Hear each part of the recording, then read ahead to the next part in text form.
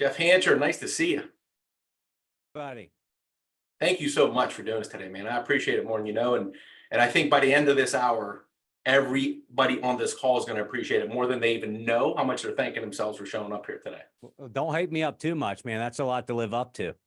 I've been with you for a few years now, and every time I told you, like every time I go into one of your events or one of your sessions, man, I walk out of it going, I can't believe how much I learned today. Like, I love it. yeah, I love it. I know Well, you're it's, humble. it's good to be here. And Yeah. you know what I love about calls like this? These are my favorite calls, actually. And I'll tell you why. They're voluntary, meaning you didn't have to be here. Nobody's held hostage. If you're on this call today, you're here because getting better and improving and, chasing after success, why ever that's important to you. That's why you're here. I love volunteer group calls like this. I've been in the hostage situation where the boss said, everybody's coming onto the call, whether you want to or not. And it's like, man, if body language could kill somebody, I'd be dead, right? So you're on here today. You mean business, and this is the crowd I want to be around. So Listen, I'm here for it. I'm not making any judgment calls, but there's some people from McGuffey on this call too that, I don't know what that means. I don't know. Shout out to Corey Ward. I see one. Am I missing others? How you doing, Jeff? I mean, how much more do we need, right, Corey? Yeah, I mean, That's gosh, all right. We got the Nation. dream team here from McGuffey. This is all you need. That's right. That's right. Good to see you, Shout my out. friend. How you doing, Dave and Zach? Thanks for joining the call. Hope you guys enjoy it. And I see a Ciccarelli on here too. At least he was. I appreciate the invite, Corey. I'm excited to learn some more stuff today. There you go, man. So we got 31 people on the call so far, and I want to be prompt with our time. I want to be respectful of Jeff's time. He's got to bounce at 11:30. I know we usually chit chat in the beginning, but I want to get right into this. So if you aren't aware, and here's the thing, as we're doing loans, I'm talking to listing agents, I'm talking to buyer agents, and I'm asking them, do you understand the impact that this NAR ruling is going to have August 17th? I would tell you 9 out of 10 agents are like, I have no idea. And I'm like, there is a freight train coming down the tracks right now that you guys aren't even aware of, right?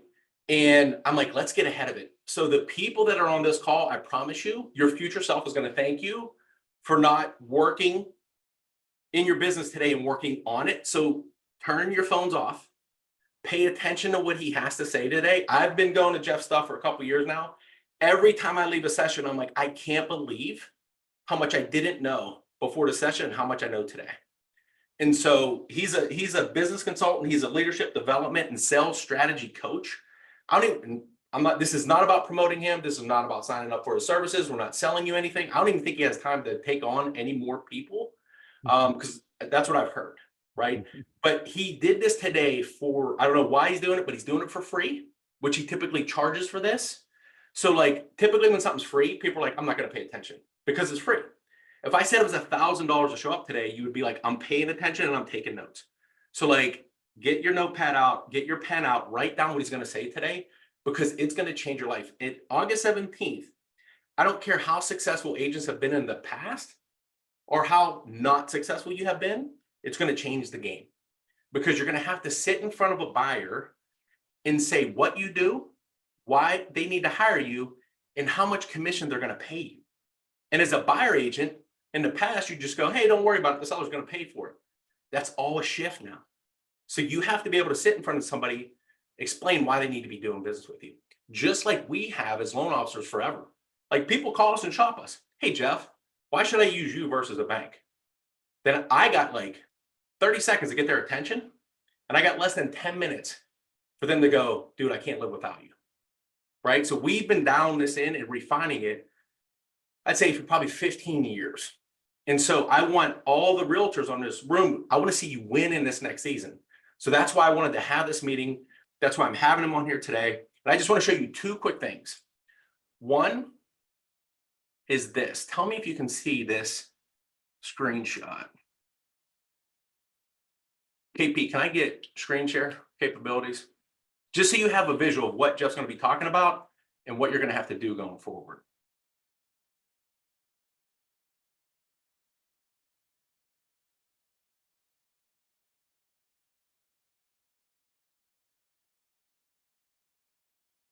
Okay, so can you guys all see this screen? It says exclusive right to buy listing contract. Can you all see that? Yes. Okay. So these are going to be the three options, right? And this is just one form. And then next month, we have an agent coming on to our growth zone. She's going to walk through all the new forms and how you have to fill them out. I don't know how to fill these out. I just know when I was studying this, the first line says the listing brokerage firm or seller may pay. The buyer is obligated to pay for the commission. The second option is the buyer will pay. And the third option is the listing brokerage firm or seller may pay, but the buyer is not obligated to pay. So these are the things that you're going to have to sit down and negotiate as a buyer agent going forward. And then one more share, and then I'll let Jeff have it from here. What do buyer agents do? So if I had to say to you, list everything you do as a real estate agent, could you do it?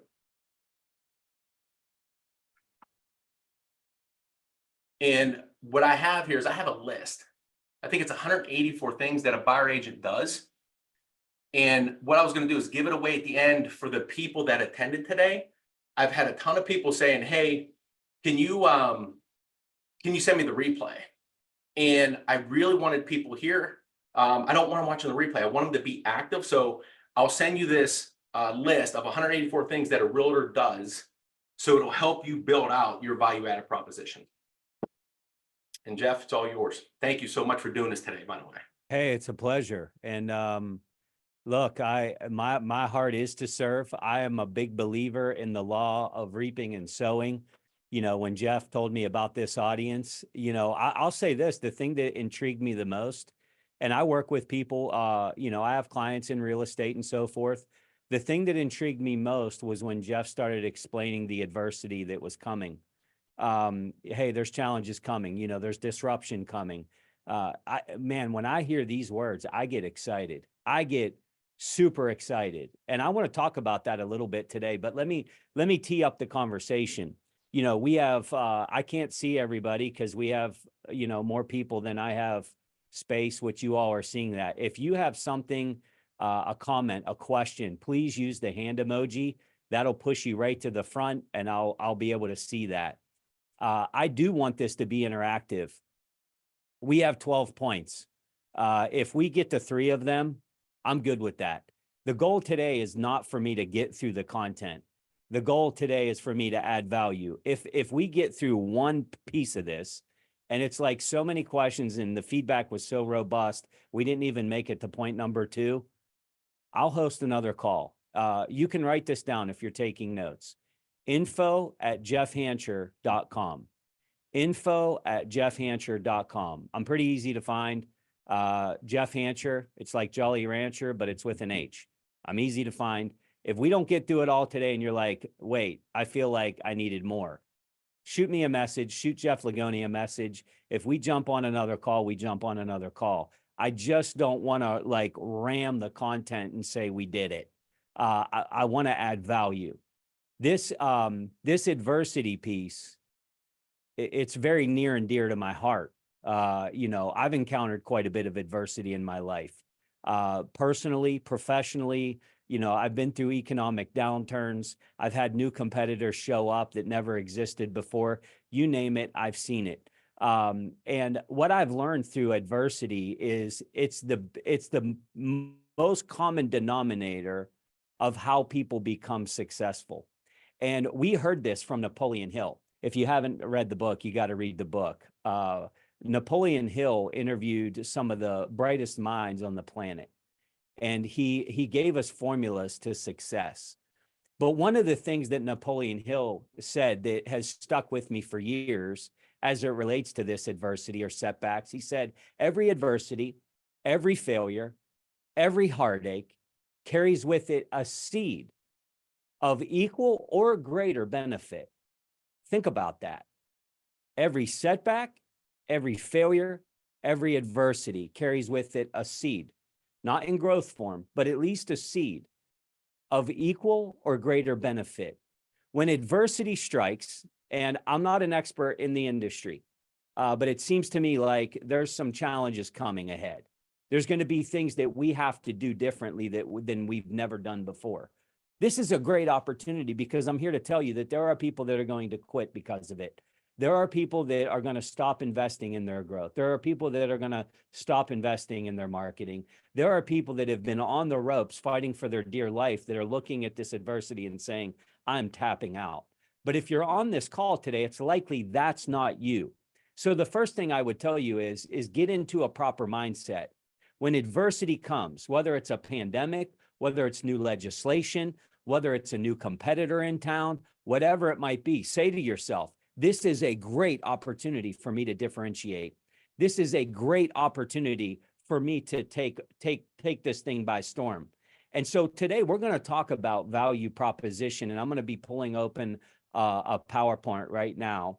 You're going to see this PowerPoint. If you're familiar with Zoom, the best way for you to see me and the PowerPoint is to put me in speaker view, because if not, you're going to see a little baby Jeff up there in the corner. And you'll see the presentation. So if you go, to view, put me in speaker view, it'll be much bigger. But here's what we're going to talk about. The next slide is going to talk about what is a value proposition.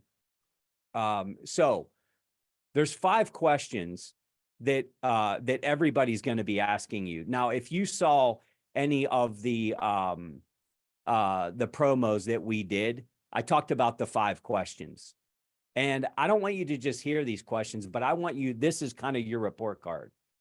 Who are you? What do you do? How do you do it? Why should I do business with you? And what makes you different?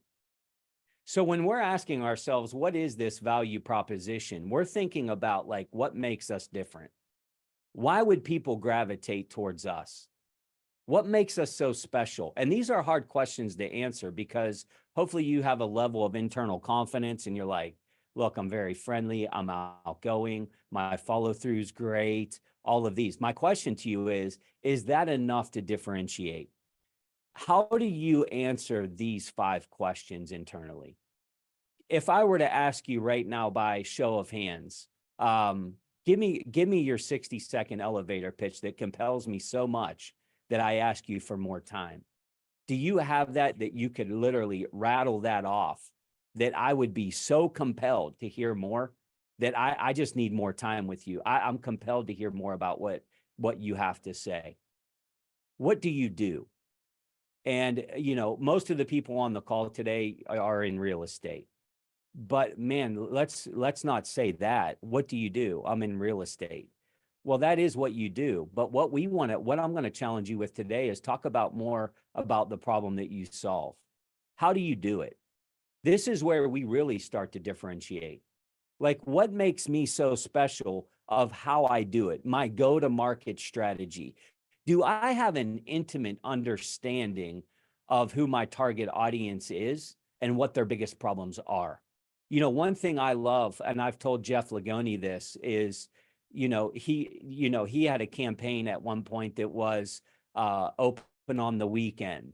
And I thought that was just genius, because it was like, as a real estate agent, when am I the busiest? Well, I'm busiest on the weekend. Well, who do I have? Well, I have Jeff Lagoni. If I need him, I can call him. I'm already answering a problem, and I'm solving a problem that real estate agents have, right? Then here's this one. Why should I do business with you? Why should I? I hope you're on the call today and you have this belief system that why don't I have all the listings in Southwestern Pennsylvania? Now, I don't know if my data is still right, but the last time I pulled the data, there was nearly 8,000 real estate agents in Southwestern Pennsylvania. You want to talk about competition. You want to talk about, fighting to get out of the sea of sameness. How do you get out of that pile? Like, that's a big pile to differentiate from. And you know what every buyer is asking? And you know what every seller is asking? They're asking, whether they're literally asking it or not, but what they are asking is, why should I do business with you? Why shouldn't I just use Joe that I graduated high school from, that I heard was a realtor? Yeah. Like, why wouldn't they use you? And then what makes you different? What makes you different? Marketing alone doesn't make you different. A polished communicator doesn't necessarily make you different. but I will tell you how you solve problems will definitely make you different. So I want to take a breath here. And maybe you saw some of the promo videos that went out and this provoked some thought in you. Have you ever, and please be vulnerable on this call. I know there's some competition probably on the call or whatever, but have you ever really sat down as a team or an individual and really answered these questions? Because I will tell you, I go into Fortune 500 companies and talk through these things, and I get a lot of head scratching of, you know what, I don't know if we can really articulate that. Anybody have any thoughts or feedback around these 5 questions, or how maybe it has provoked some thought for you? Any thoughts? We Jeff, can go. I will say something here. You mentioned people leaving this space because of this. Yeah. The statistics show that 49% of real estate agents do less 0 to 1 transaction a year. 49% of them, right? They also said 30% of the agents are going to leave the market because of this, right? So for the ones that are here today that pay attention, take notes, and dial in and implement this, will win. It doesn't matter what your success was afterwards. There's going to be more out there for you to go get if you can implement this strategy. Yeah. Yeah. I see something in the comments. I'm not sure exactly who it's from, but it says, I keep hearing this is a good idea, but admittedly, I haven't sat down to do it. Whoever said that, email me at info@Jeff.Hancher and say, I was the one that said this. I'm going to mail you a gift. Thank you for the vulnerability and honesty, because this is probably most people on the call. As a consultant, I usually go into companies when they're hemorrhaging, like they're in critical condition, and they call me and they say, Jeff, we're about to die. Can you resuscitate? Can you save us? And I literally go through what is simple but not easy. Answering these questions is simple, not always easy. Because I'll tell you what, sometimes we look at these and sweat starts to happen. And here's the other thing with that comment, and I'm serious, email me, I got a gift coming to you. I just haven't sat down to really do this. And Jeff, you said it earlier, and I'm a big proponent of this. Are you going to keep working in your company or on your company? Are you going to keep working in your success or on your success? In my last video to promote this call, I said most of the competition is out doing, when the most successful people are out preparing. I quoted Abraham Lincoln. It's one of my favorite quotes of all time. Abraham Lincoln once said, if I had 6 hours to chop down a tree, I'd spend 4 hours sharpening the axe. You know what most people say that have to chop down a tree with a dull blade? When I come by with a sharpening stone and I say, listen, if you take a couple minutes and just sharpen that blade, you could really get through that tree a lot faster. Here's what most people will say to me. Jeff, do you not understand I'm trying to cut down a tree here? I don't have time to sharpen this thing. I'm trying to cut down a tree, right? Right. And no shame on anybody. Look, I'm in the race with y'all. Like, I'm trying to run fast. There's more to do than I have time. Does this resonate with anybody? Probably everybody on the call. We just don't sit down to really do it. But I wonder if you did. Not only you, but everybody in your organization could articulate with confidence the answer to these 5 questions. Here's the other thing. Here's the other thing this will do for you.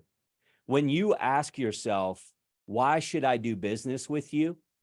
And you don't have a good answer, which if statistically speaking, would be more than 70% of the people on this call, is I can't really articulate to you a good reason that people should do business with me. You know what this forces? A call to action.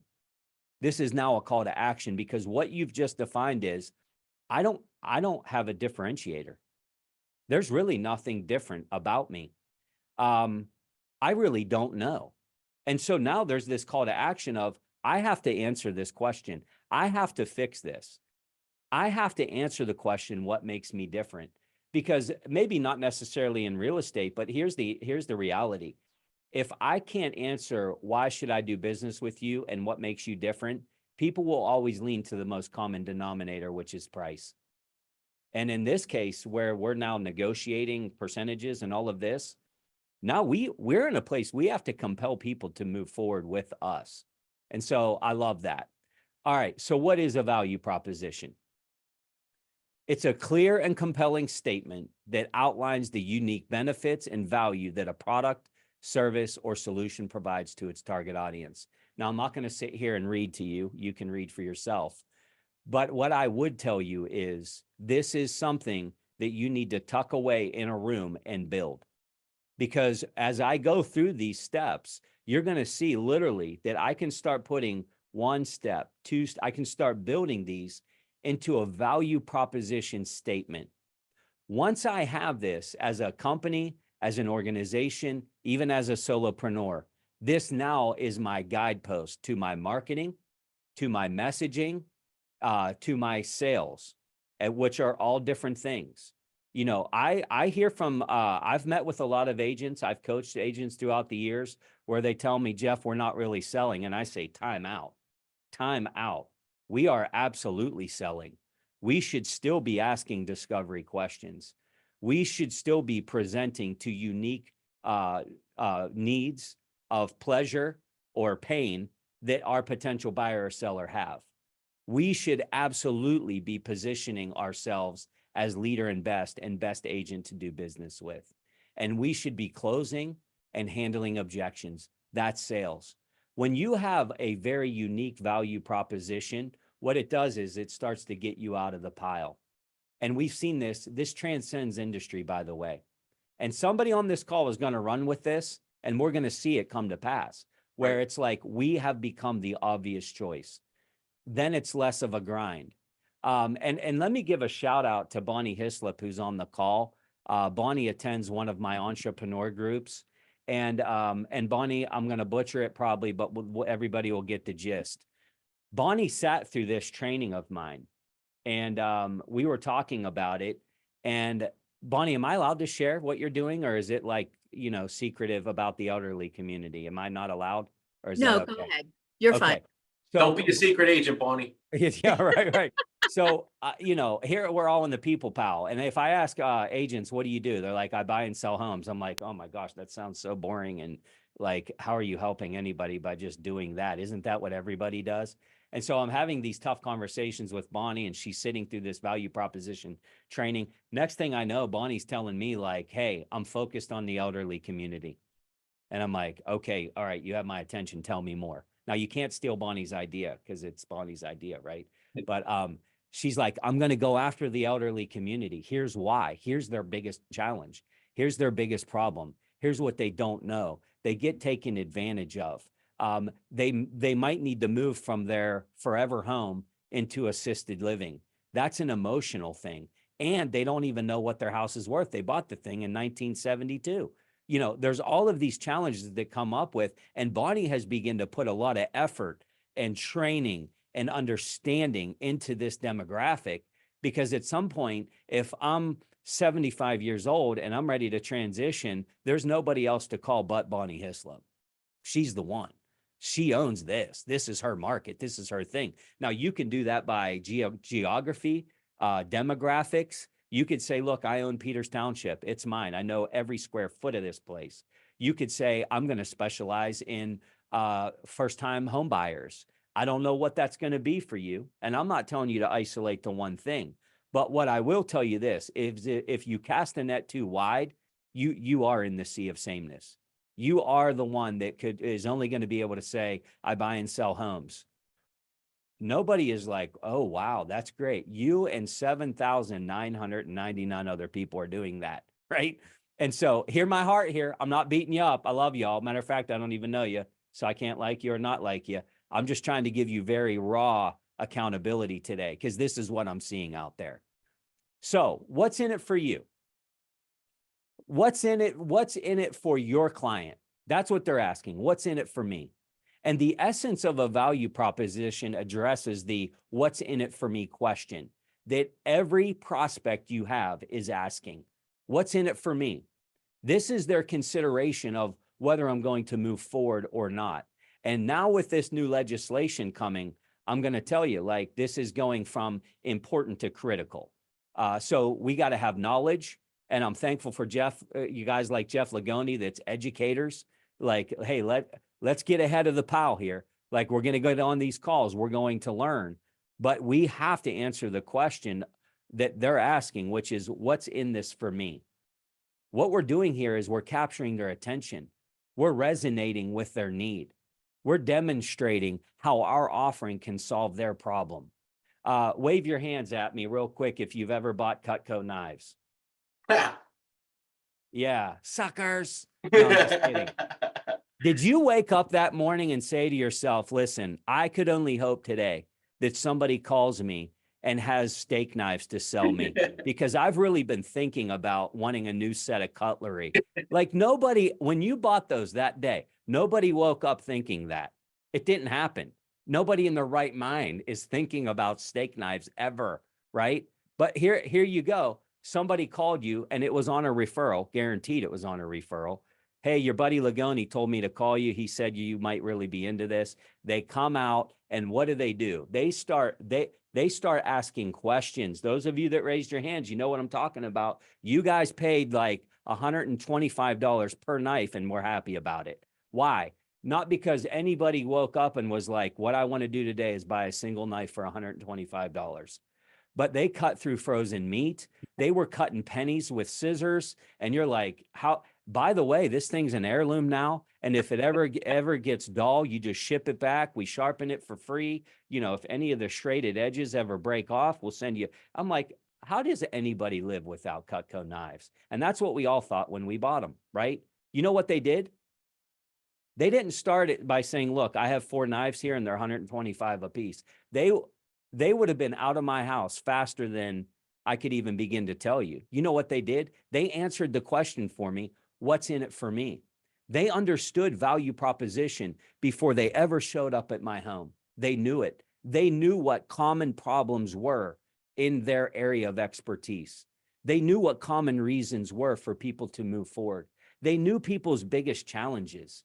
And they started to solve those problems. And guess what? Those of you that raised your hand, you were willing to pay a little bit more. Why? Value.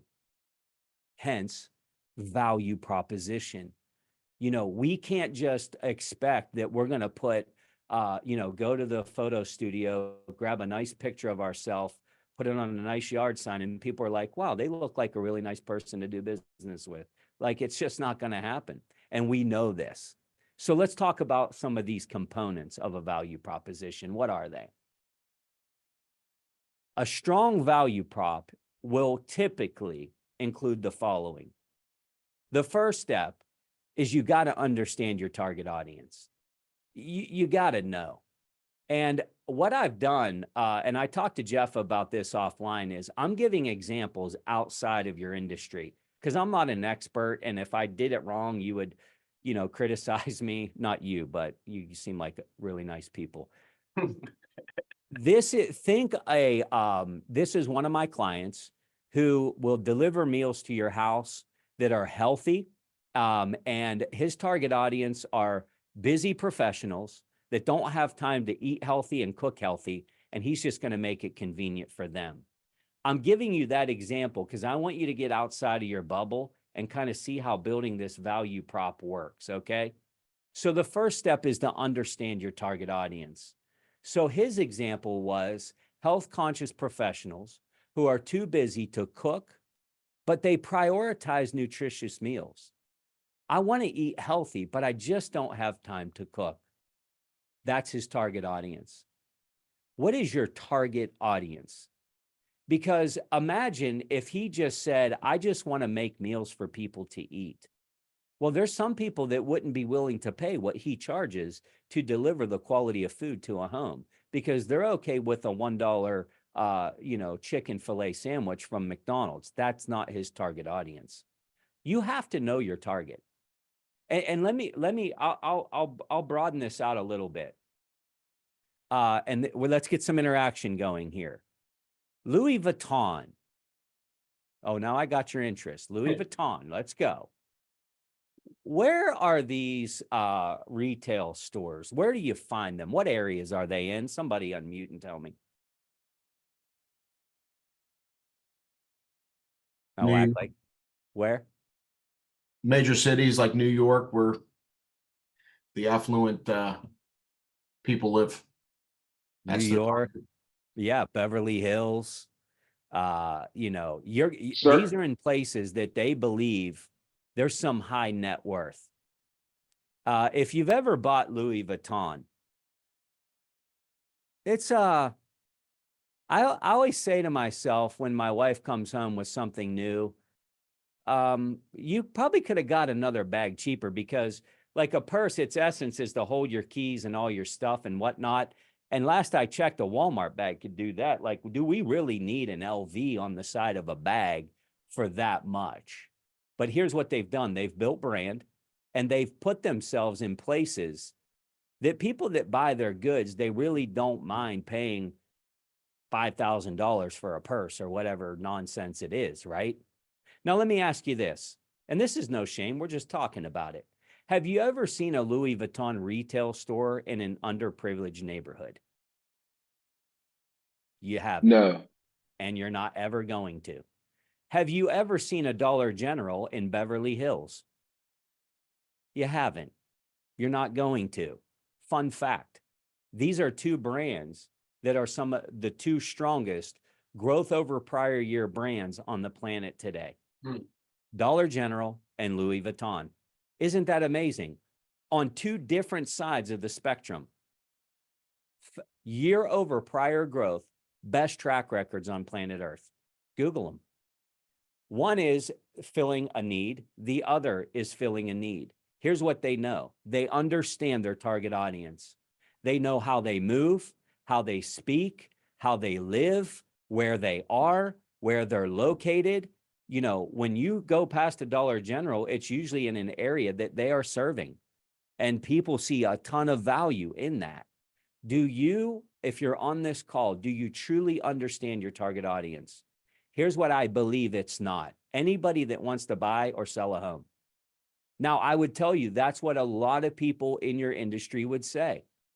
My target audience is anybody that wants to buy or sell a home.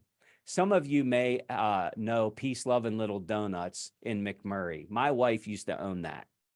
And we were doing this for her. And I said, who's your target audience? Well, if you ever went to that place, I can say it now because we sold it. I can say anything, right? These are little baby donuts that were probably overpriced. But we offered an experience. Like, you could see your donut being born. It was a whole thing, right? They would float down the hot oil. The kids loved it. You know, the mom loved it. You could pick your own toppings. So we charged a little bit more. And so then we were talking about marketing. Who is our target audience? Well, here's how we defined it. Our target audience is a soccer mom that drives a Lexus or better. That's our target audience. All right, well, where do they hang out? Where do they play? Because they don't mind paying $1.50 for a baby donut. They're just not going to complain about it. They just want the experience. So now our marketing was around, where does that person hang out? What ball fields are they at? Where are they spending their time? And then came our marketing. Step 2 is define the problem. Many business professionals struggle to find time to cook healthy meals at home, often resorting in healthy takeout options. Who can relate? My hand is up, right? So this is the problem that this client was trying to solve. Have you ever stopped to think about the clients that I've had the privilege to serve? What is their biggest problem? Bonnie went down a road to find a niche to identify all of the problems that this demographic has that she's going to provide answers to. Think about then what this does for your marketing, or in sales, what we call the hook. Hey, nearing the age of retirement, not sure how to sell your home, not sure what it's worth.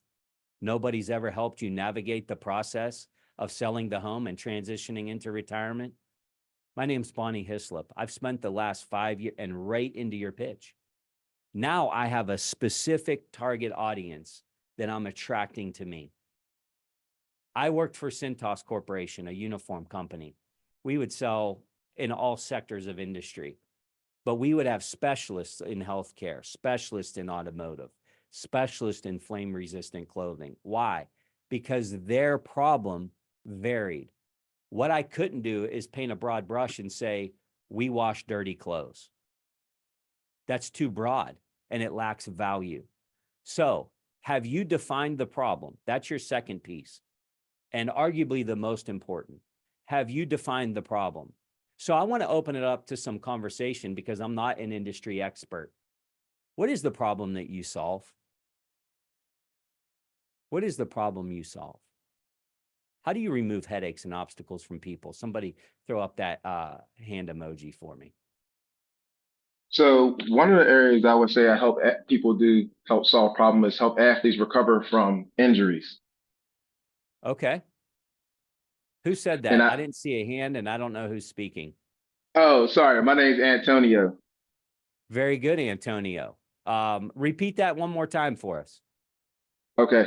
So yeah, so I help athletes recover from like soft tissue injuries. So like Okay. roll ankles, pull groins, hamstring issues, different things like that. So a lot of stuff you're saying with the value proposition is really resonating with me. But the only issue what I have is that when I'm trying to talk to people about it, because it's so new and like people will go to physical therapy, they can go for weeks on end, and I can help a lot of athletes recover in like less than an hour, depending upon the severity of injury. But people can't get that. But I've done it so many times, and I've seen professionals, and they agreed upon it. Like, oh yeah, this definitely works. And that's one of the biggest challenges I have because it's just a mind shift of getting people to understand that there's something out there that's new that can actually help. That's good. So Antonio knows the problem, right? Which is a first step. It's not the end, but we got to know. Who else? What's the problem you solve?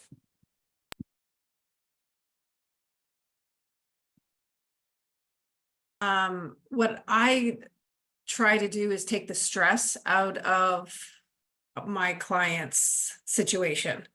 So I'm really having a hard time with this, to be honest with you, because I just do my job.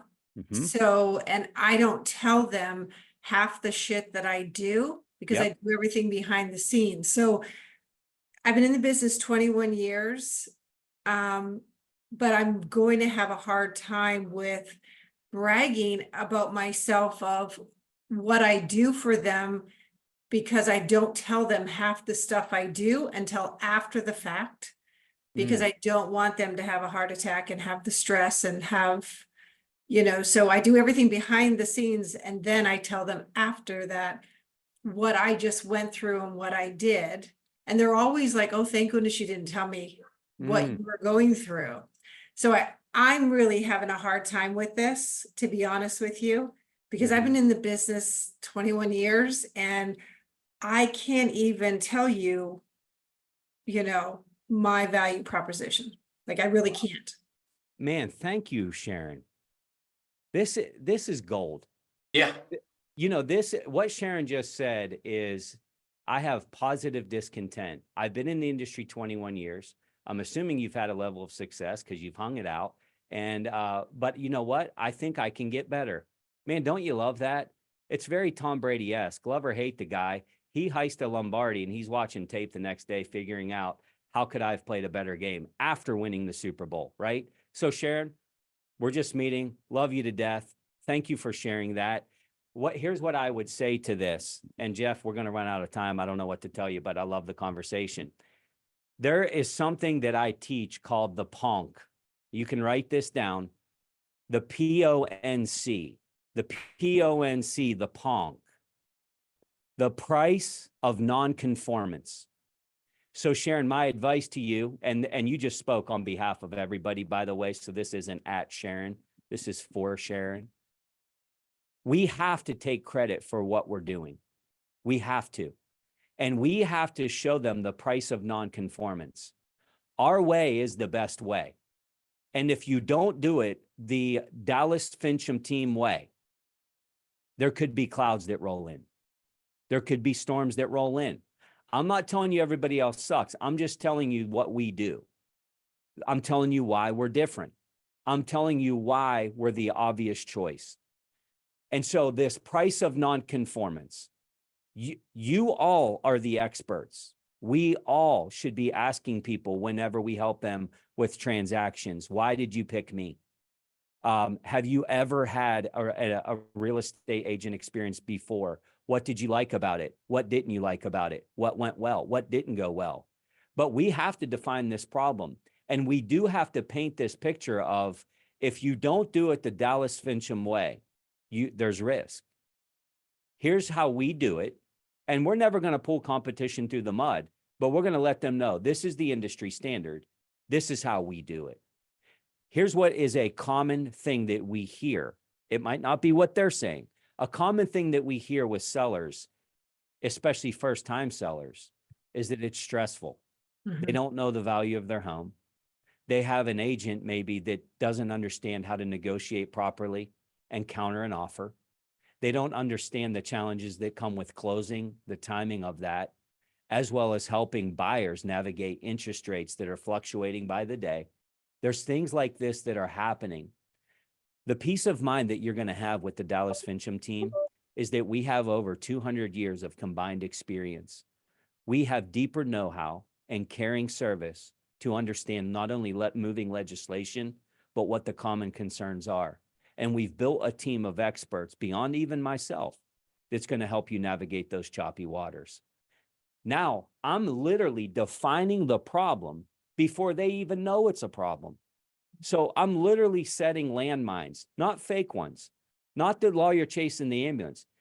These are real transactions that are happening and real challenges that are happening with sellers and buyers. This is not the time to be humble. This is not the time to be arrogant. This is the time to be uber confident and say, there is no other way but me. That's confidence. If you had a defibrillator that could pull somebody out of cardiac arrest, you wouldn't be wondering, hey, I hope somebody really uses that equipment. No, you'd be running to a lifeless body, putting it on there and hitting the button and reviving them. That's how you have to go about this passion. There's problems out there that I have answers to. And with this legislation coming, this problem coming, this adversity coming, it's never been more critical than now. So Sharon, thanks for sharing that. But then we can't stop at just the problem. We have to highlight our solution. What's our solution? We can't just say, look, there's problems and I'm going to help you through them. Says who? Well, trust me. Anytime a salesperson says, trust me, we're all looking to make sure our wallet's still in our pocket, right? You all know how that feels. We don't tell people. We show people. So we're highlighting the solution and our value prop.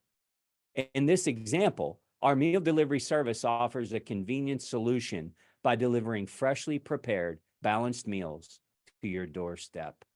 For those of you that don't have time to cook and you're trying to shed a few pounds to hit the beach in a couple of weeks, doesn't that sound nice? It's like, give me the protein. Give me the keto, whatever the thing is, right? I don't even know how to cook. I don't even know how to peel an avocado, but this guy does, right? And it's like, man, you're solving some of my biggest problems. When you make it easy to do business with you and you're solving problems for people, my goodness sake. In sales, we call this fishing out of a barrel, right? Now, every billboard that you put up, every social media post that you put up, everything that you put up has a hook to identify the problem. And understand, there's really two, if I'm boiling it down to two reasons why people will choose to do business with you or any sales, any buying decision, get me out of pain or move me closer to my an improved state. If you can't emphatically prove that you can do one of those two things, you are in the sea of sameness. And you don't have enough marketing dollars, and there won't be enough billboards that you can put up that will come. I mean, you might get luckier with more marketing, but that marketing alone isn't compelling. Marketing with a message of solving a problem, that's compelling. That is absolutely compelling. You know, one of the posts that I put up frequently is, hey, did you know that 21% of people surveyed have said they haven't received meaningful feedback from their leader in the last 7 days? Maybe you're that leader and nobody's ever taught you how to do that. Sound familiar? My target audience, who I'm trying to sell, which is a leader that needs developed, is saying, yeah, nobody ever really taught me how to give feedback. Nobody ever really showed me how to have a tough conversation. Nobody ever told me how to navigate it whenever I pull somebody into the office and they start crying. What do I do when that happens? Nobody ever told me. I know the problems that are out there with leaders. That's my message. That's my value prop. It has to be that for you as well. Then we quantify benefits. And you can do this in a confident but not arrogant way. Save an average of 10 hours per week on meal preparation while enjoying a variety of delicious, nutritionally balanced dishes. Are you able to quantify the benefit of doing business with you? You know, Sharon talked earlier about all the things that she saves them from that they're not even aware of. Let's flip that script a little bit and assume that Sharon's not on the scene and all of those problems exist. How much time is that taking them? What's that costing them? Not only in the selling or buying, but with time or liability or non-disclosures or down the list of things.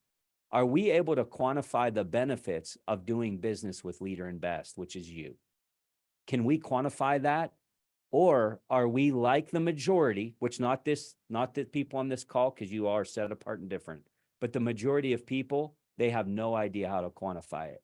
Hey, you should do business with me. I'm a really good agent. Oh, really? What makes you different? I work hard. I'm trustworthy too, by the way. These aren't things that people will buy into.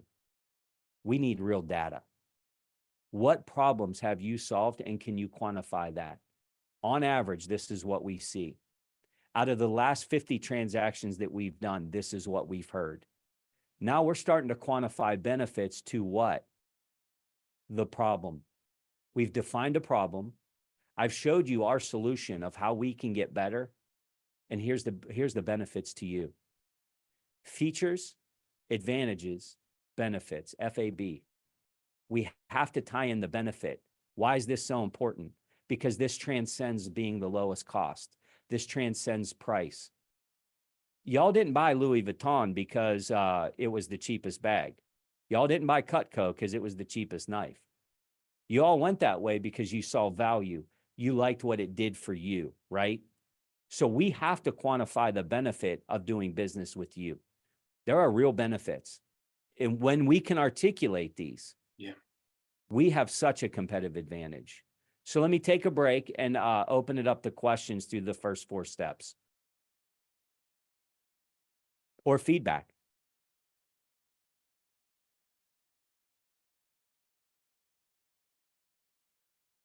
Jeff, I know from my seat, when somebody goes, hey, I'm going to buy this house and skip the real estate agent because I'm going to save some money, I'm like, please get representation.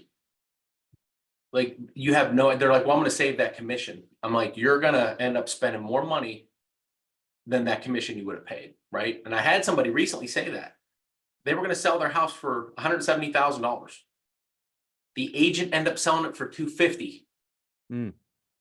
And then the house they went to go buy, the sellers were like, you're paying all the closing costs. The agent stood up and said, no, they're not.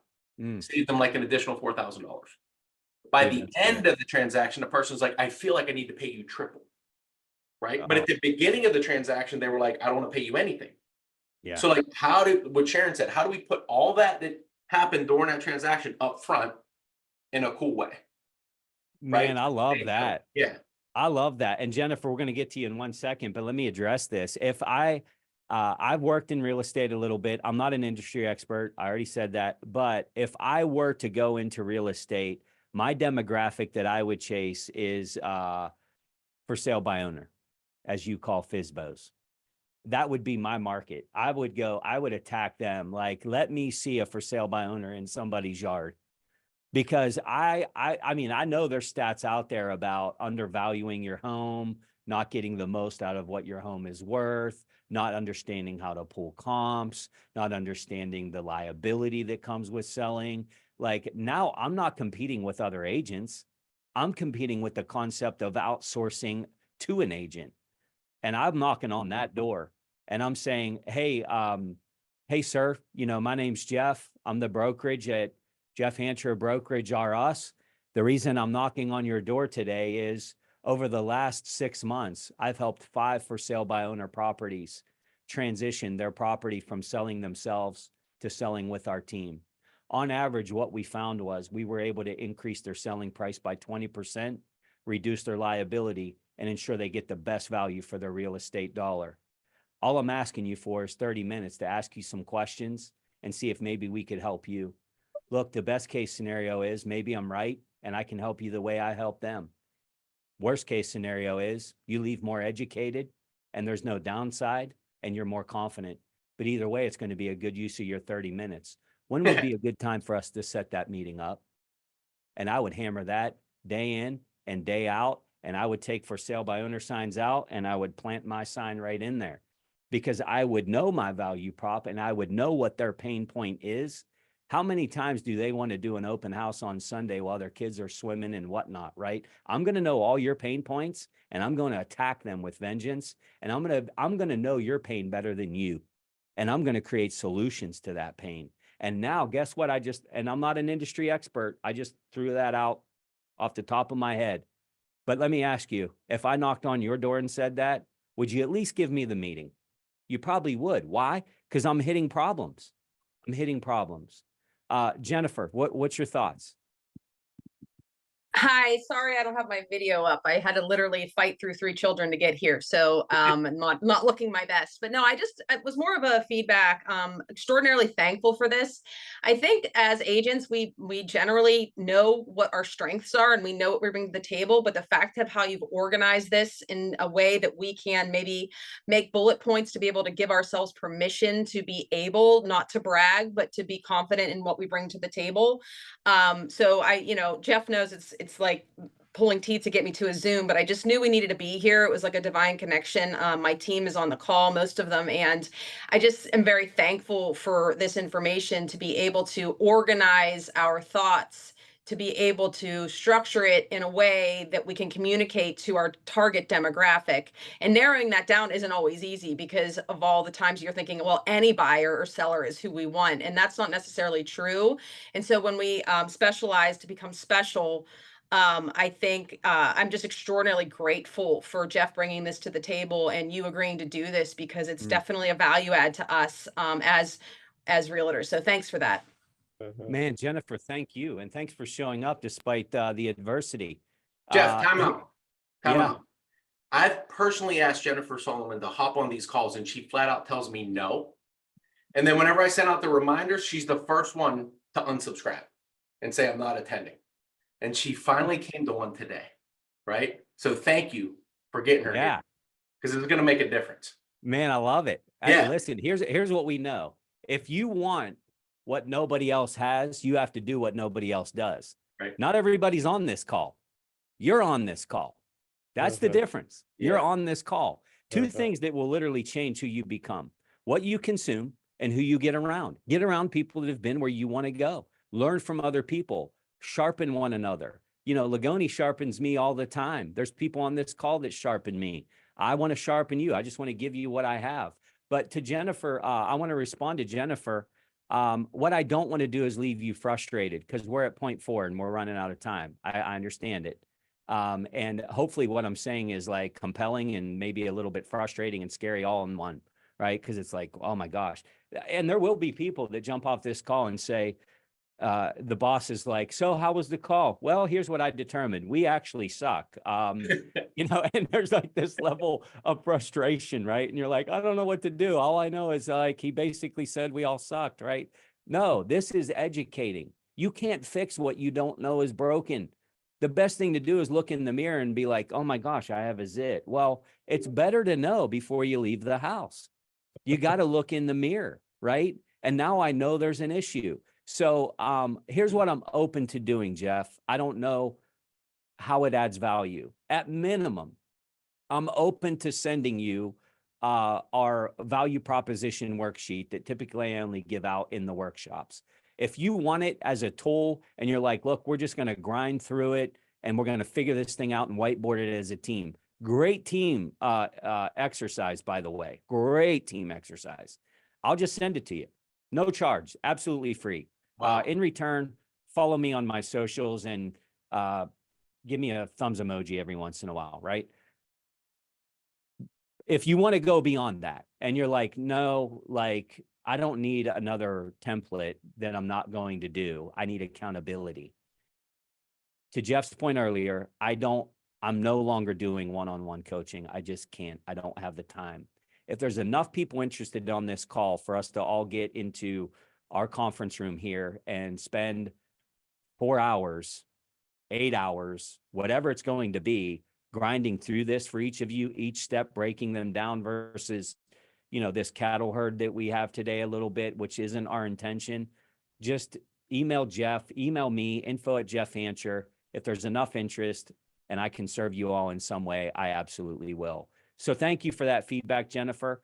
I surely don't want to leave you frustrated of, all right, we get it, Jeff, where do we go from here? AJ put something in the comments. I have a bad signal. I have a how do you maintain the sincerity of your value prop and not just sound like you're trying to sell somebody? Love this question. There's a saying that people love to buy, but nobody loves to be sold. People love to buy and nobody loves to be sold. Now, this is going to be a frustrating answer, but I have no other way to say it. Genuinely care about serving people. Right. Genuinely care about serving people. I'm going to recommend a read for everybody on this call, a book called Unreasonable Hospitality. I see that some of my clients have jumped on that have already begun.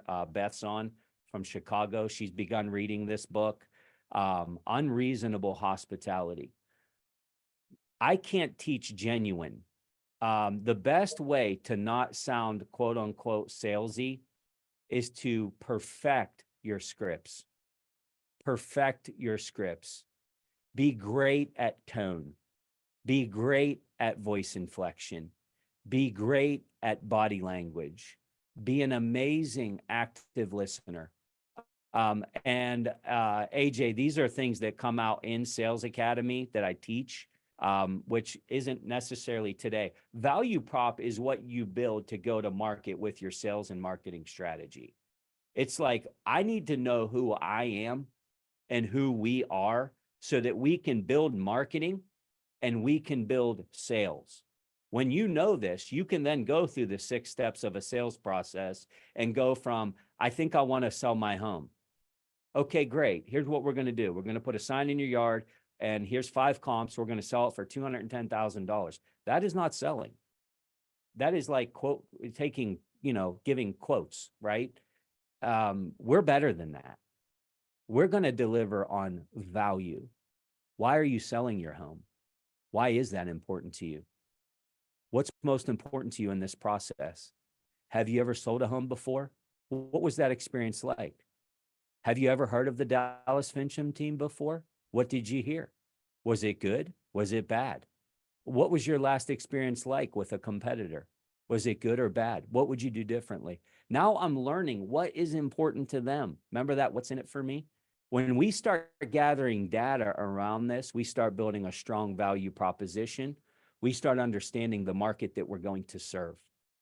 That is so, so critical. I can't stress this enough. And it's the way to get out of the sea of sameness. I think it would be irresponsible to go to step 5, honestly, Jeff. Yeah, because I know you got to bounce. I'm open. Any more questions? Like if there's questions, let me stay on for a few more minutes or feedback. I would like to. Go ahead. I have a question. Yeah, This is Cindy Rack. I see you, Cindy. Both Jeffs, thank you very much for this. This is really, really great. I'm really glad I popped on here. I have to, I've been doing this for about 16 years, but I've been in sales my whole life and I've always worked on value propositions and stuff like that. And several years ago, one of my clients, I ended up saving her from going to jail because she was going to do mortgage fraud and she didn't realize it, right? So she gives me this plaque at the closing that says, Cindy Rack has your back. And I said, oh my gosh, that's amazing. I'm going to steal that and I'm going to put it on everything. So that's what I did. But my biggest struggle after all these years, which is ridiculous to me, but it is the 30-second, elevator speech. And I hope everybody on this call emails both of them and says, let's do a 4 or 8 hour session because I would love to be there for it. And I would love to, really zone in on I've created some marketing pieces and I've done a lot of this work already, But I would love to really hone it in and be able to come up with like a 30-second elevator speech. Yeah, man, Cindy. So at the end of this slide deck, ironically, I talk about the difference between a value prop and an elevator pitch. You're seeing it on the screen right now. Mm-hmm. I define the elevator pitch and I help you build it. Mm-hmm. We build it. We build this. So like, what's the point of an elevator pitch, right? So here's the difference between value prop and elevator pitch. Value prop is more internal. It's like, I need to know who we are and who we serve. And when I know those things, then I'm going to know my go-to-market strategy. Like, let me give you the elevate or the vision value prop of this client. Think meal delivery. Elevate your plate. Chef design meals delivered to your doorstep. Save time, savor flavor. For health conscious professionals who are too busy to cook, but prioritize nutritious meals. Are you tired of sacrificing taste for convenience? Our meal delivery service solves the problem by offering a convenient solution that delivers freshly prepared, balanced meals to your doorstep. Save an average of 10 hours per week on meal preparation while enjoying a variety of delicious, balanced dishes. Unlike other meal delivery services, which we didn't get into, differentiating from the competition, we collaborate with top chefs to craft diverse menus to cater to dietary preferences. We understand you might be concerned. Watch this. I'm getting ahead of an objection that I hear all the time. We understand you might be concerned about the taste of delivered meals. Rest assured, our recipes are developed by culinary experts to ensure restaurant quality flavor. Rediscover the joy of eating well without sacrificing time or health. Enjoy guilt-free, delicious meals that nourish your body and soul. Wow. Value prop built over hours of whiteboarding, sweating, bleeding over a workbook. And this executive then takes this back to his team and says, we're not making food anymore. That's what we used to do.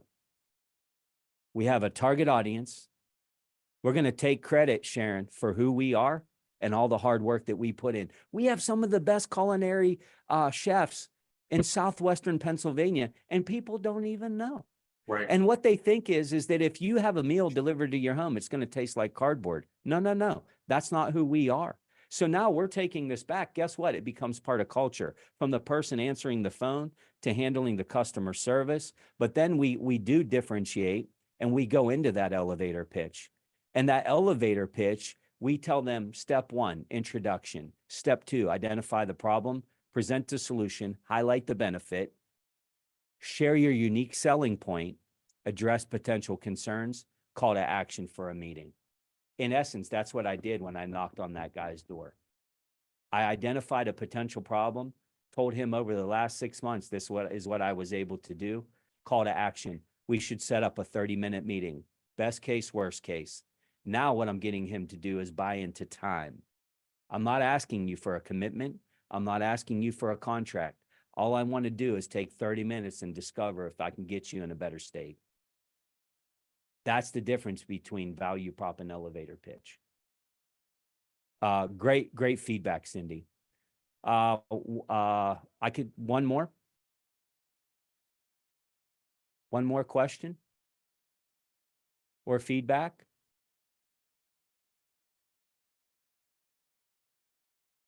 I'd like to give some feedback. This is Bonnie Hislop. I've attended some of Jeff's meetings with value proposition, and it's taken me a while to be able to be confident enough to sell myself to people. And it was a thought process change that I needed to go through. And I'm on my way now. I know what I'm doing and where I'm going and how I'm going to do it. And this has been a really, this just really helped me in my business a lot. So I encourage you all to do this and to go to that 4 or 8 hour meeting if that's, if it's scheduled. Thanks, Bonnie. It's awesome to watch you transition. And Yeah. you're no Thank rookie. you. You're no rookie. But I'll tell you what, you evolve or you die.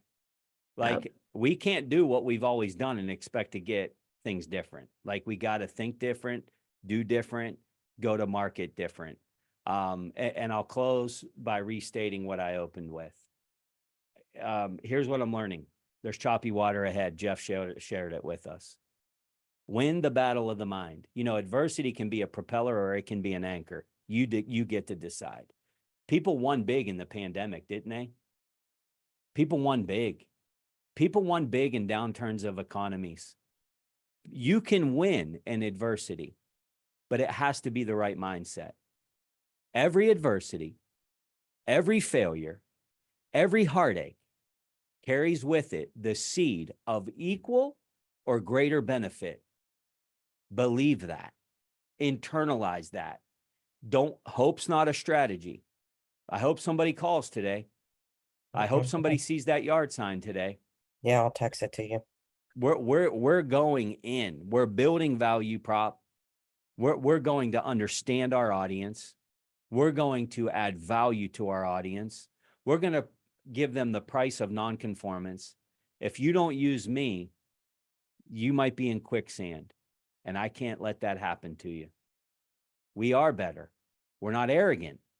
We are humble, but we're so confident, we're compelled to make sure that you use us. For parents out there, isn't that what you want for your kids? Mm-hmm. You know, it's like, hey, you know what? I want to stay out till 1 o'clock in the morning. I can't let you do that. Is that arrogant of you as a parent? Like, you know something? No, you've been down that road. Nothing good happens after midnight. You're coming home. Why? Not because you're arrogant and know everything, because you care. And I'm going to save you from yourself. That's how you're not salesy and you're genuine. And we do this by collaborating and understanding our audience.